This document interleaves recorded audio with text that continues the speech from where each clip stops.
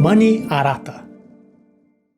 Bitcoin and cryptocurrencies are two different things, and these differences can have a big impact on your wallet. Bitcoin is real money. It is scarce, decentralized, governed by mathematical immutable rules, and without owners. Now, cryptocurrencies, on the other hand, are just some digital assets that are created by one person or a group of people. They're not really scarce. They can be modified. And above all, cryptocurrencies have an owner. That's why cryptocurrencies are much more similar to fiat money, to traditional currency, than to Bitcoin. People tend to perceive cryptocurrencies, Bitcoin, and fiat money as if on the one side we had traditional money, fiat money, and on the other side we had the new things, the cryptocurrencies as a general group and Bitcoin as one of several cryptocurrencies. But when you really understand more and you study, you come to understand that it is more correct to see cryptocurrencies in this way, as a subcategory of traditional money. And Bitcoin is unique. It is a category on its own. Now attention, this is not financial service. Read the full disclaimer before continuing. The Howey Test makes it clear that investment in cryptocurrencies is made with the expectations of gains, and it depends on the efforts of its founders. There are over 20,000 species of cryptocurrencies in circulation, and each one tries to promise something different just to justify the reason for it to exist. But what do all cryptocurrencies have in common? All cryptocurrencies have owners, and Bitcoin does not. All cryptocurrencies are centralized by the founders, and this has huge implications, and it justifies to put them within the category of traditional money, of fiat money, money that is created out of thin air by the governments. To better understand this classification, you need to know about the case of the US Supreme Court, the SEC versus W.J. Howey Co. This was the case that gave rise to the Howey Test. It is a way to determine whether an investment is or not a securities investment.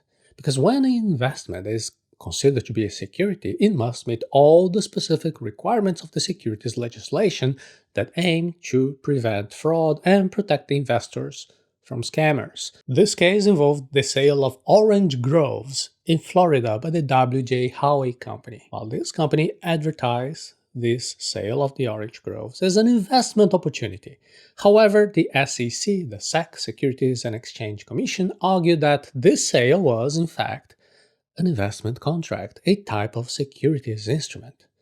The buyers were not really interested in oranges. They were just investing with the expectation of making profits from the sale of these oranges grown in the groves. They wanted to buy at a lower price and then sell at a higher price.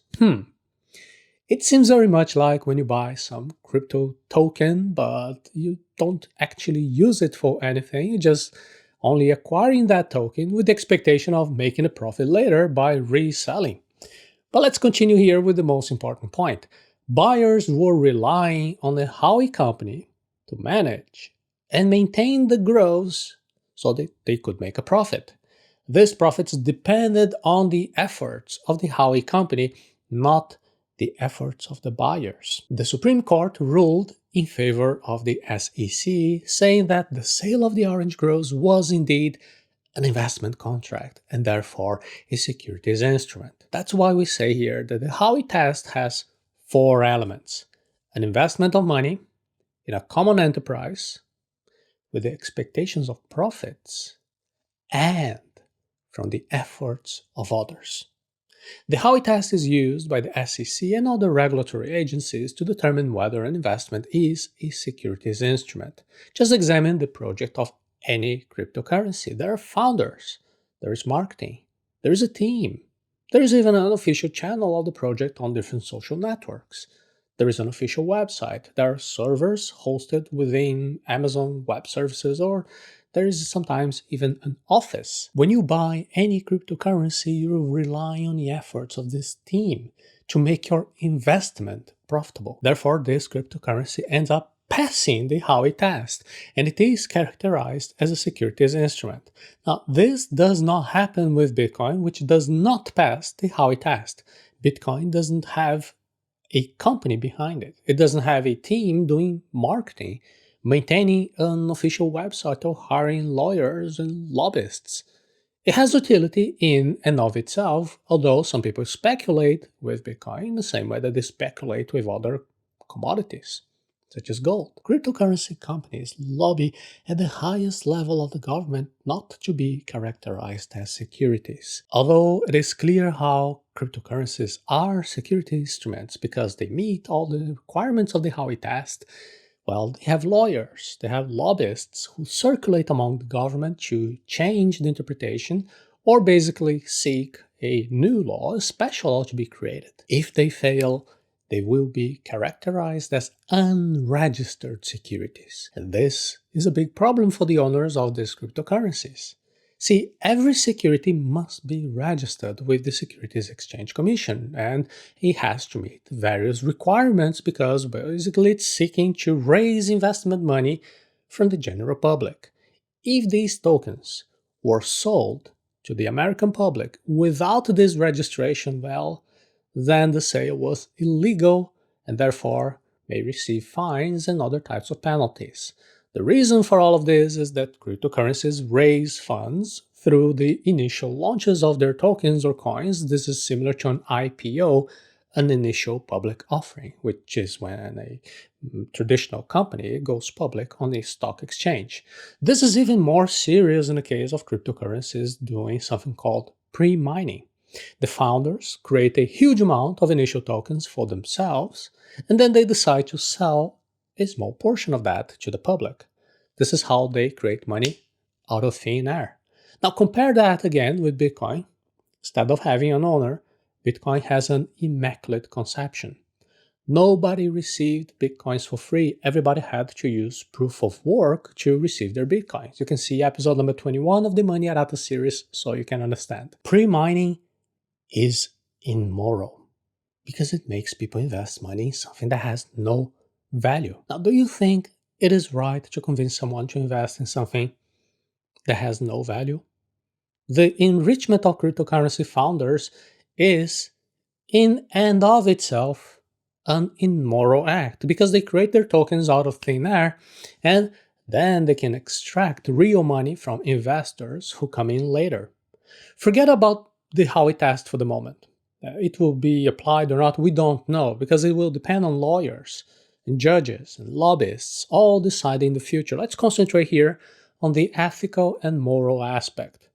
Someone could argue in favor of cryptocurrencies, saying, oh, it's not really out of thin air. There are research costs, there are developers, there are design and visual identity, and the founders actually need to go around and do some partnerships with reputable companies. But even so, the costs for all of that are very low, especially because everything is digital and there is no true, real, useful product behind it. The money moved with speculation is disproportionate to the real value, to the effort that exists in that project. You see, in the case of an IPO, of a real company, the money raised is used to finance operations, to build factories, equipment, to expand internationally, in short, to actually do something real, a real product that has already been validated by the market, so now it's moment to gain scale.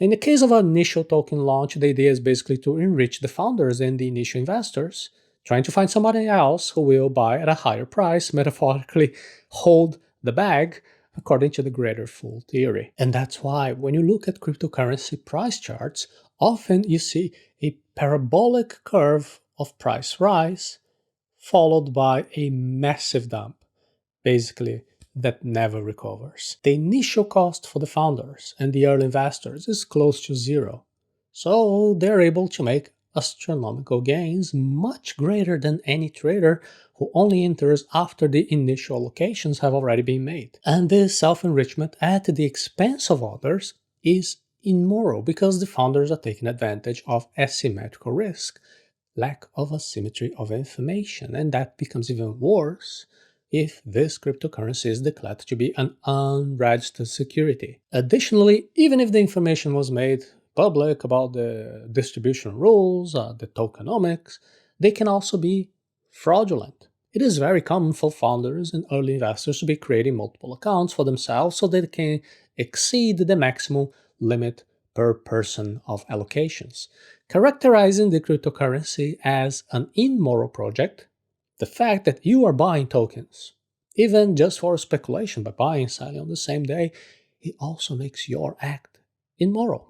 Because financing immorality is an immoral act in and of itself. By buying cryptocurrency, you are also financing the continuation of this kind of immorality. You can find arguments for this in different schools of philosophy, such as the utilitarianism from Stuart Mill, which shows that since most people will end up holding the bag, that they're going to be underwater, they will be having greater unhappiness that is being caused by this. In the view of Kant, we're also being immoral by seeking to take advantage of others in order to try to sell overvalued tokens, to dump on their heads.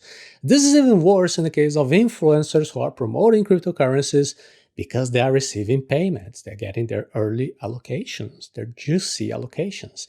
You don't even need to look for famous philosophers to understand all of this. Just remember that financing immorality is an immoral act. Bitcoin is different because it is truly decentralized, scarce, and immutable. We've already told the story of Bitcoin a few times here in our Money Arata series. To differentiate Bitcoin and cryptocurrencies in a nutshell, what you need to remember is that Bitcoin is the only decentralized money.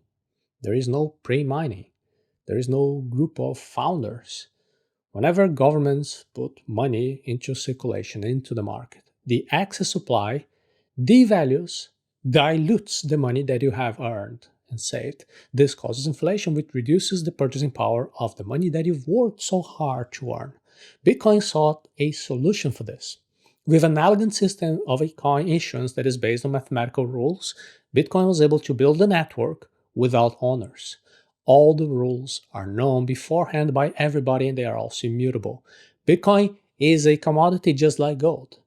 On the other hand, cryptocurrencies are securities that are raising money from the public in order to generate profit based on the efforts of third parties, just like an investment fund. So just like gold and investment funds are very different things, Bitcoin and cryptocurrencies are also very different. Since cryptocurrencies are centralized, the money that you invest in them is not really yours.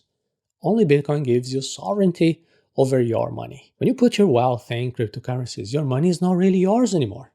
It is now the property of the owners of the cryptocurrencies, at least until you manage to successfully sell profitably and then you recover what you invested. Notice here that this is purely speculative behavior. You're expecting to buy a cryptocurrency token at a low price and then sell it at a higher price, making a profit. But this profit will not be in the cryptocurrency that you chose. It's going to be in fiat money, probably US dollars. In other words, the cryptocurrency is not real money, and it's not even your money. If you want to protect your wealth in a way that the money is really yours, the only viable option today is Bitcoin. Only a truly decentralized currency like Bitcoin will give you sovereignty over your money. In this conversation here, I'm not going to explain the detail and the practical details of this, but you can go deeper into this subject by going to the address arata.se/diamond hands. What I hope here today is that it became clear that Bitcoin is not a type of cryptocurrency, just like gold is not a type of investment fund. We're talking about different things. So please learn to make this distinction in your head and never make confusions with Bitcoin and crypto again. Your finances will thank you. Bitcoin and cryptocurrencies are different things. If you want to invest in the real money, in a truly scarce, decentralized currency without owners, you have to study more about Bitcoin and leave all the rest aside. For those of you who want to do this type of study, now I want to invite you to watch a special class of our Diamond Hands course, which teaches you everything that you need to know. To learn more about the course, you can go to the address arata.se/diamond hands.